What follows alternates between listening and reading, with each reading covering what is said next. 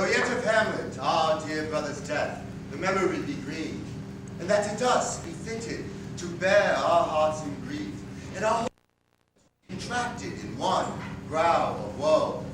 Yet so far hath discretion fought with nature, that we with the wisest sorrow think on him, together with remembrance of ourselves.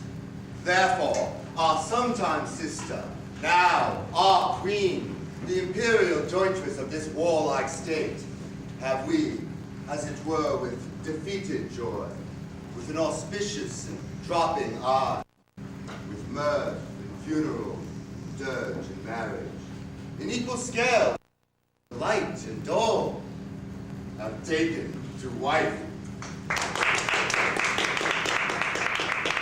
Nor have we herein barred your better wisdoms, which have freely gone with this affair along, for all our thanks.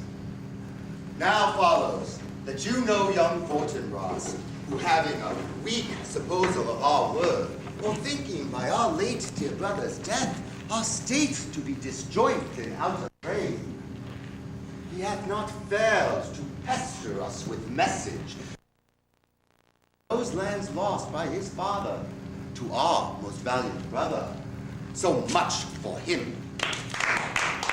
Now, for ourselves, in this time of meeting, thus much is the business. We have here writ Norway, uncle of young Fortinbras, who, impotent and bedrid, scarcely hears of this his nephew's purposes.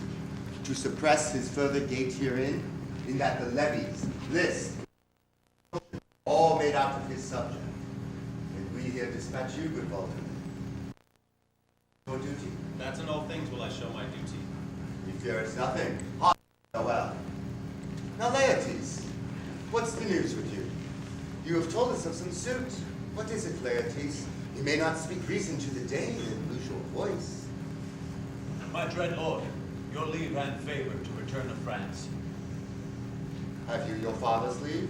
What saith Polonius? He hath, my lord, wrung from me my slow leave. Give him leave to go. Take thy fair hour, Laertes.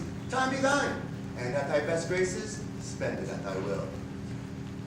Now, my cousin Hamlet, and my son. A little more than kin, less than kind.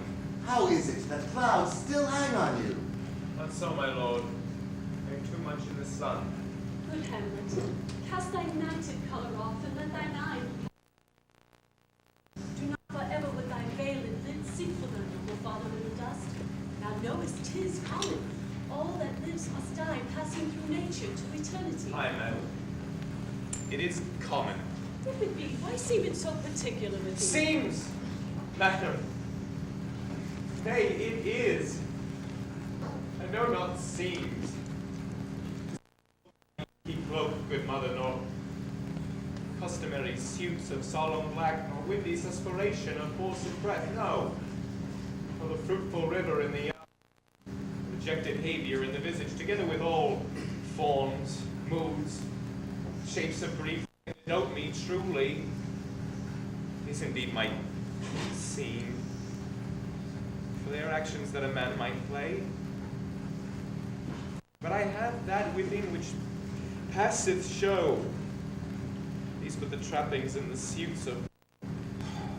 'Tis sweet and commendable in your nature, Hamlet, to give these morning duties to your father. But you must know your father, and that father lost his. And the survivor bound in filial obligation for some terms due obsequious sorrow. But to sever an obstinate endowment is a course of impious stubbornness. 'Tis unmanly grief. Fie, 'tis a fault to heaven, a fault against the dead, a fault to nature, to reason most absurd, whose common view is death of fathers, and whose cried from the first cause till he that died today. Oh, 'tis must be so. We pray you throw to earth this unprevailing woe, and think of us as of a father. Let the world take note. You are most immediate to the throne. with no less nobility or love than that the dearest father bears his son. I report to you. Now, for your intent to return to school in Wittenberg, it is most retrograde to our, and we beseech you, bend you to remain here in the comfort and cheer of our eye, our chiefest courtier, our cousin, and our son. Let not thy mother lose her prayers, Henry.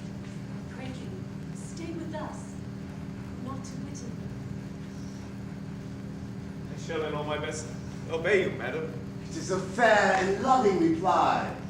Be as ourselves in Denmark. Come away.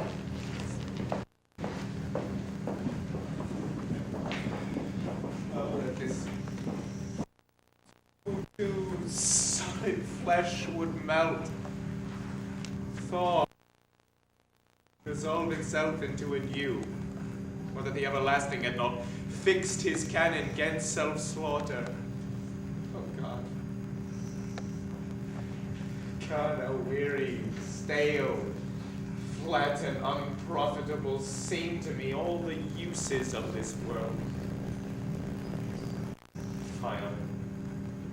Fine.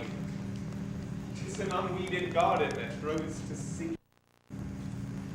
Things rank and gross in nature possess it merely that it should come to this. But 2 months dead, nay, not so much, not 2. So excellent a king that was to this, Hyperion to his satyr. So loving to my mother that he might not beteem the winds of heaven visit her face too roughly. Heaven and earth, must I remember why she would hang if increase of appetite had grown by what it fed on, and yet within a month. Let me not think on it. Frailty, thy name is woman. Within a month. Yet the salt of most unrighteous tears had left the blushing in her galled eye she married.